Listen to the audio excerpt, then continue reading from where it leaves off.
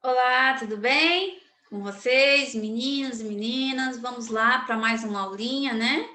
Hoje nós vamos falar, sim, vou tentar ser o mais breve possível. Hoje nós vamos falar da Primeira República Economia. Então, nas últimas aulas nós falamos da Primeira República Política, né? Ou seja, a gente falou das relações de poder nesse período, né?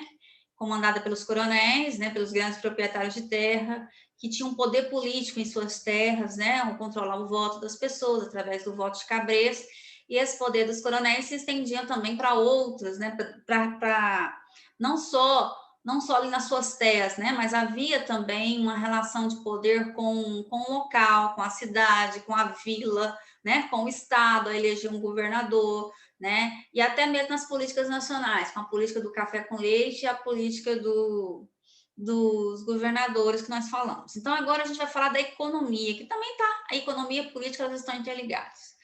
Então, a primeira coisa que a gente vai falar é do café, né? Até coloquei essa imagenzinha aí sobre, né, o mapa do Brasil, porque o Brasil, né, no século XIX, início do século XX, ele vai ser o maior, um dos maiores ou o maior exportador de café.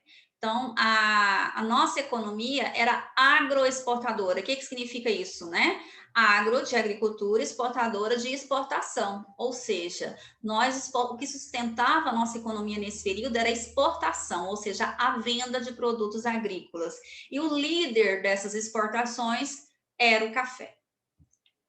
Vamos falar um pouco do café.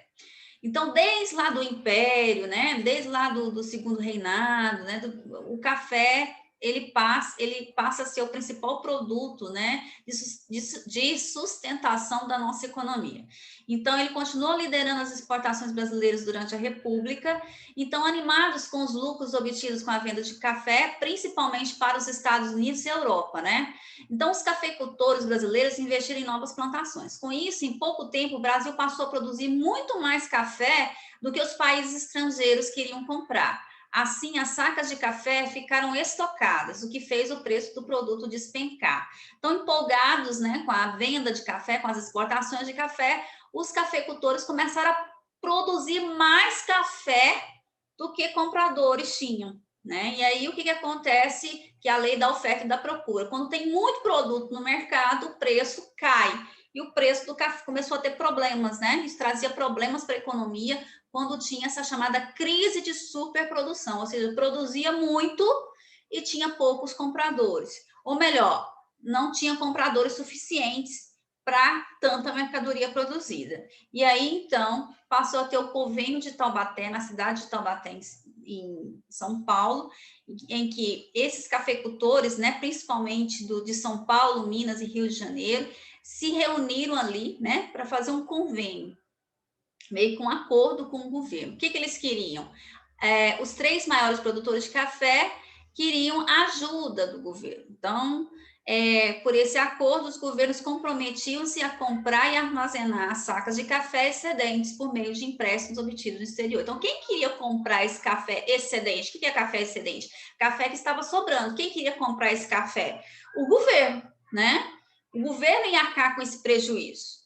E aí, então, o governo acaba comprando, né? Cedendo, compra esse café excedente, mas por quê? Pegou empréstimo para poder comprar esse café. Porque para a economia do Brasil era melhor ter esse prejuízo com empréstimos naquele momento do que deixar o preço do café despencar no mercado internacional, que aí a nossa economia ia ter muito mais problemas, né? Então, além do café, né, da exportação de café, também nesse período a borracha e o cacau vão estar sendo ali, né, produtos agrícolas que também vão estar movimentando a economia brasileira, né? Também vão fazer parte dos produtos agrícolas exportados pelo Brasil durante a Primeira República. Então, a borracha ela vai ser produzida na Amazônia, começou ali na metade do século XIX, ou melhor, ela na segunda metade do século XIX, né, começaram a surgir na Europa diversos tipos de indústrias, né, automobilística, de bicicleta e de pneus. Então, a borracha ela passa a ser a matéria-prima essencial a essas indústrias. Passou a ser muito cobiçada no exterior. E o grande vale amazônico, né, na Amazônia, o habitat, né, da seringueira, ela ganhou uma importância jamais vista. Seringueira é aquela planta que você vai, né, ferindo ali, né, o tronco dela vai saindo uma gominha, né? Essa goma, né? Ela quando você junta, né? Extrai, né? Extração em grande quantidade, você coloca no fogo e produz a borracha. Então, a borracha ela passa a ser produzida em grandes quantidades aqui no Brasil e passa a ser exportada também. E aí, o que vai acontecer? Boa parte da produção dessa borracha, né, um grande número de nordestinos migrou para a Amazônia. Muitos deles eram cearenses e fugiam da seca que castigava seus estados periodicamente. Então, esses trabalhadores seringueiros, moradores de cabanas rústicas, né, na beira dos rios, andavam muito quilômetros todos os dias para extrair o látex, com o qual faziam as bolas de borracha que iam ser vendidas para o exterior. Eles recebiam muito pouco pelo seu trabalho. Já os seringalistas, nesse período, vão enriquecer com o comércio da borracha, né? Então, tem essa discrepância aí. E, na verdade, esse trabalho exercido nesse período aí era quase escravo mesmo, pessoal. Eles iam para o mato, imagina, lá no meio do mato, na Amazônia, primeiro que podiam morrer de qualquer tipo de doença. Os que não morriam trabalhavam, e aí, como não tinha dificuldade de comprar as coisas, os fazendeiros, né, os seringalistas, eles faziam ali mercados, né, de remédios, de alimentos, de material para o trabalho, e essas pessoas compravam, né, esses materiais, mas é claro, né, a preço superfaturado, eles não conseguiam pagar, então eles não podiam ir embora, e aí você vê aí um sistema de análogo à escravidão, né? Bom, e o cacau foi no sul da Bahia. E aqui a gente tem as indústrias, né, que começaram a crescer nesse período, as indústrias brasileiras. Então, em 1889, ano da proclamação da República, o Brasil possuía 636 indústrias e cerca de 50 mil operários. Só 636 indústrias. Vamos ver o que vai acontecer nesse período. Então, você tem, em 1907, nós estamos falando do início do século XX, né, que é o da Primeira República. A gente tinha ali, no início da Primeira República, um total de 3.258 no número de indústria, aumentou, né? E número de operários, 149.018. Em 1920, já começa, aumentou muito mais esse número de indústrias, 13.336, e o número de operários, 275.512. Então, quer dizer que durante a Primeira República teve um crescimento significativo do número de indústria e, claro, do número de operários. Isso por quê?